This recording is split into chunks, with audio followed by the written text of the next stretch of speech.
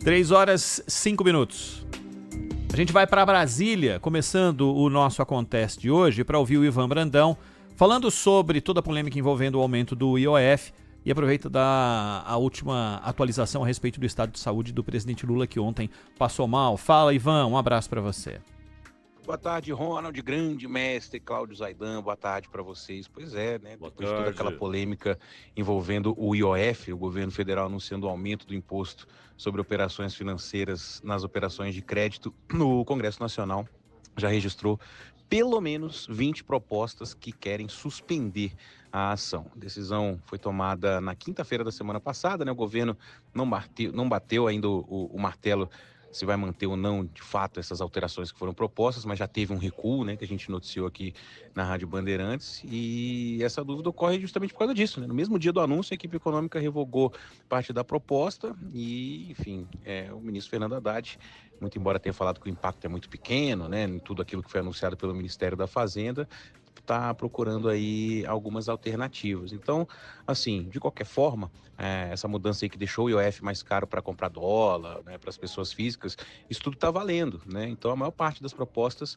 querem sustar os efeitos dessa medida anunciada pelo ministro da Fazenda, pelo Ministério da Fazenda, e, claro, boa parte dessas propostas são de parlamentares da oposição, muitos deles do PL de Jair Bolsonaro. São 19 pedidos na Câmara dos Deputados, um registrado no Senado Federal, esse protocolado pelo senador Rogério Marinho, que é o líder da oposição na casa. E vocês perguntaram aí em relação à saúde do presidente Lula, né? O presidente cancelou todas as agendas dele, deve passar mesmo dia despachando no Palácio da Alvorada. Ele teve uma nova avaliação médica agora pela manhã, no próprio Palácio, não vai precisar deixar a residência oficial para ir ao hospital. Dizem aqui que ele acordou bem, né? O pessoal do entorno do presidente, que ele está tomando os medicamentos para labirintite, não tem nenhuma previsão de que um boletim médico seja divulgado hoje, então todos aqueles eventos que estavam previstos aí para esta terça-feira, ele será representado ou por ministros ou pelo vice-presidente Geraldo Alckmin. Um abraço aí para vocês. Valeu.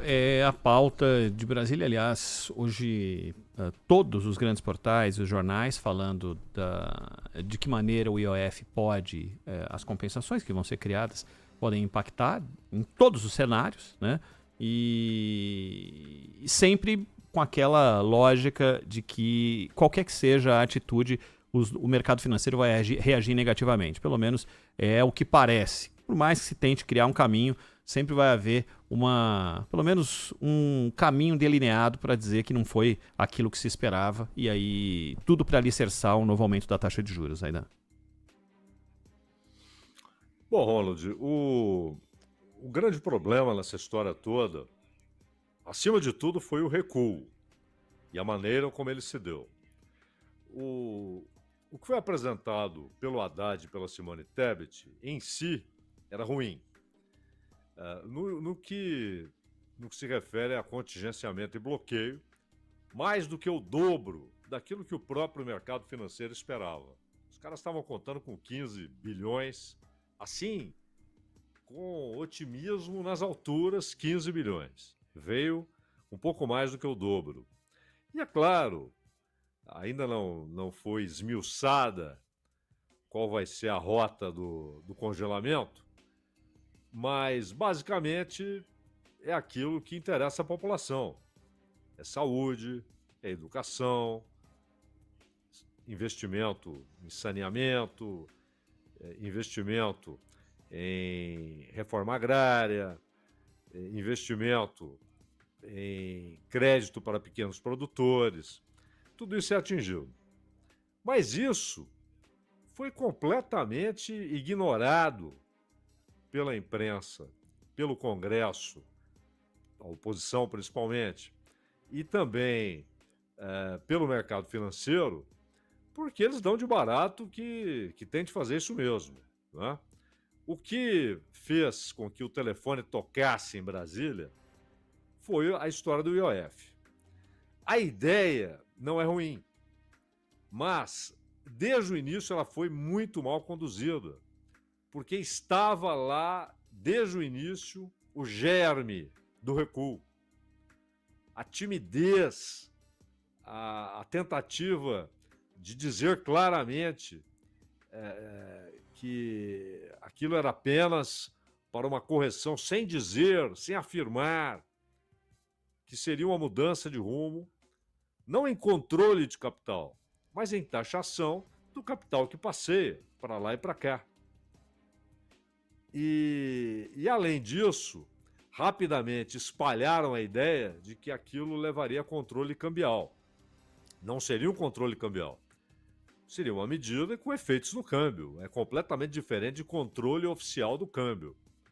Mas isso assustou o Haddad de tal maneira, e o governo, porque quem ligou para o governo, e talvez até para o Lula, porque houve uma reunião de emergência com Gleisi Hoffmann, com Rui Costa, e o Haddad só não estava na reunião porque ele estava indo para São Paulo, mas ele participou à distância.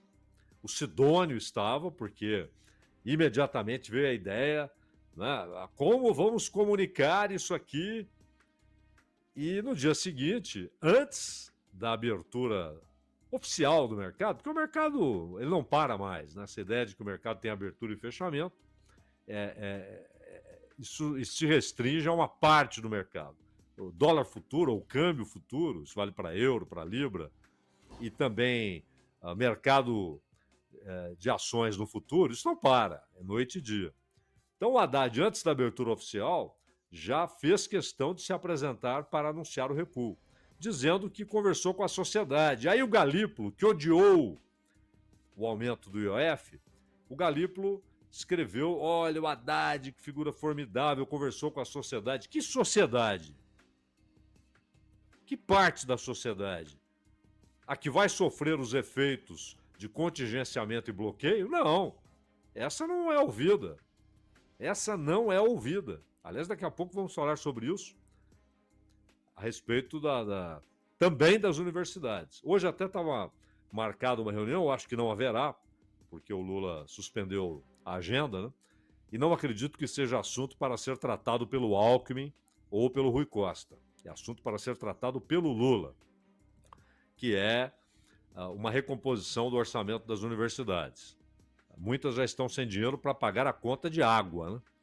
E então, essa gente não é ouvida. O que o Galípolo chama de a sociedade foi ouvida são os bancos, as financeiras. Então, os caras da Febraban ligaram para Brasília, isso é óbvio. E o governo correu para recuar. Fez reunião de emergência e no dia seguinte, ao cantar do galo, estava lá o Haddad a postos para anunciar o recuo. Foi isso que aconteceu. E um recuo que não deveria ter acontecido, e a medida não deveria ter a timidez que a permeou o tempo todo. E quanto ao congelamento, aí ninguém fala nada. Reclamam, aliás, reclamam. Ou colocam em dúvida, dizem, vamos ver se vai ter mesmo, né? Ou então, dizem que é pouco. Esperavam a metade, mas agora dizem que é pouco. Então, o jogo é esse. E é exatamente a essa gente que o governo se vira e revira para agradar. É a essa gente que ele tenta agradar. A essa gente que já o refuta, que já o repudia.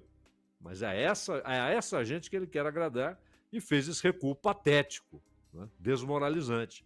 Agora, o congelamento está lá e o Haddad e a Simone Tebet disseram para o mundo que o problema é a Previdência e o BPC. Ou seja, o problema são os pobres, né?